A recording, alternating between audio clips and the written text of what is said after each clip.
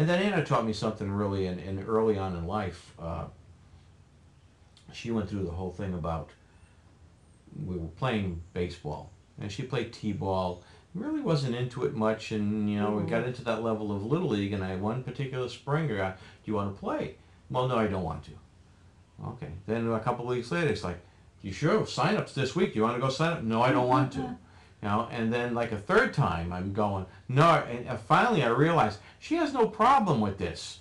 It's like I'm the one with the problem. So it's like, okay, get over it, because she's completely happy not playing baseball. So it's kind of taught me to go, okay, you're not going to live their lives for them, swim, and they're going to they're going to be their own person. So I kind of starting with that, and by the time when she was 9 or 10, kind of going, okay, then that's something to kind of feed off of.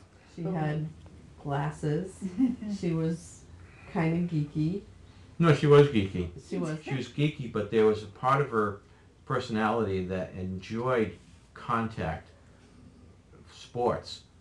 Well, yeah, she loved flag football. And karate. She liked them both. But she didn't care for baseball. Hi, I'm Alexa Cosmander, the producer of TransJourney, and Deb Minuto is the director, but she's behind the camera, so I'm speaking. I wanted to tell you why we're doing this film and why this film is so important. Deb and I have been making films for Shifting Visions for 4 or 5 years. Our last film, Sappho's Fire, premiered at the LGBT Film Fest in Boston. We've screened it in various locations, and I'm always impressed with what young people say about our films, that they're glad we're making these films, that they're glad that they can see role models to help them in their own journey to understand themselves. And we feel that TransJourney is one of those films that it will help young people see that they're not alone, that there's positive ways to get affirmation, that their decisions are important, and that they have some sort of role models. I met Annabelle last summer just after her confirmation surgery, and I was so impressed with her positive nature that we felt that her story would be important to tell. But it's not only Anna's story, it's also her parents' journey of accepting Annabelle's new identity. And the film is also about Shannon, an older transgendered woman who lives in Seattle. Their 3 stories are about courage, they're about affirmation, they're about acceptance, and we feel that this story is going to help many people see transgendered people in a different way. She called us. We could sense a nervousness in her voice, and that she wanted to make sure we were both here and she had something to tell us.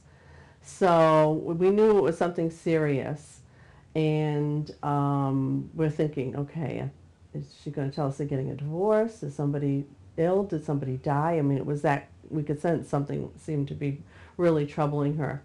So then she just came out and she told us that she'd been a counselor and everything, and came to the conclusion that she was transgendered. So I guess the first thing in a way was a sense of relief. It was like, okay, nobody died, nobody's got cancer. While Anna was going through her transition, she had to start with her taking her hormones. She told us when she was going on her hormones and seeing the doctor, and what she needed. She wanted to transition and go through with the gender confirmation surgery sooner than later, which was a little surprised that it could be so quick, but for me, but that's great for her.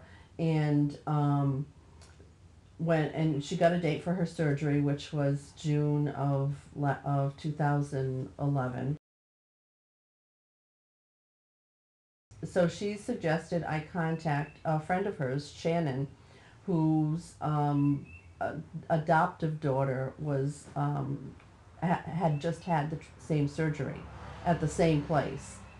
So she connected us, gave me her email and phone number, and so I emailed Shannon and asked her, told her that that Anna had suggested I contact her and if I could call her, and had some questions about what to expect when she goes through the surgery. So that was how I initially connected with Shannon.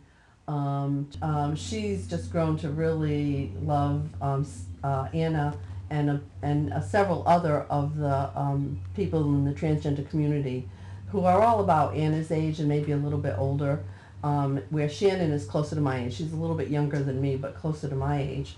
So she sees herself, or she feels like the young women she's friendly with see her more as more of a mom or an aunt. And she was saying how she looks upon Anna as being like a niece, you know, she really likes her a lot. And so when she said that, I said, you know, well, that's great. You can be like her aunt, and you can be my surrogate sister, because I don't have a sister. I never had a sister. And with a donation of $10 or more, you can be a part of our journey. And we've sat down together and we thought of some really unique gifts to give to all our supporters. T-shirts of TransJourney, Skype sessions with Shannon, who's willing to talk to you about the film or her TransJourney experience, photographs of the crew, all of these things as our appreciation for your support. Thanks for listening to us, and remember, 3 women, 3 lives, and 3,000 miles. our supply so we don't get dehydrated. Yeah, in case we go in the desert. Yeah. South Dakota. Yeah, Yeah. the Badlands. We'll probably get lost. Snakes will eat us. And we'll die of no food, but we'll have water. Water, that's important. You can survive on water. This She is goes so in the cute. front of us. Oh, okay. Or in the... So that can go in there. Use your head, use your head, where's your reason? Telling me I gotta have a reason.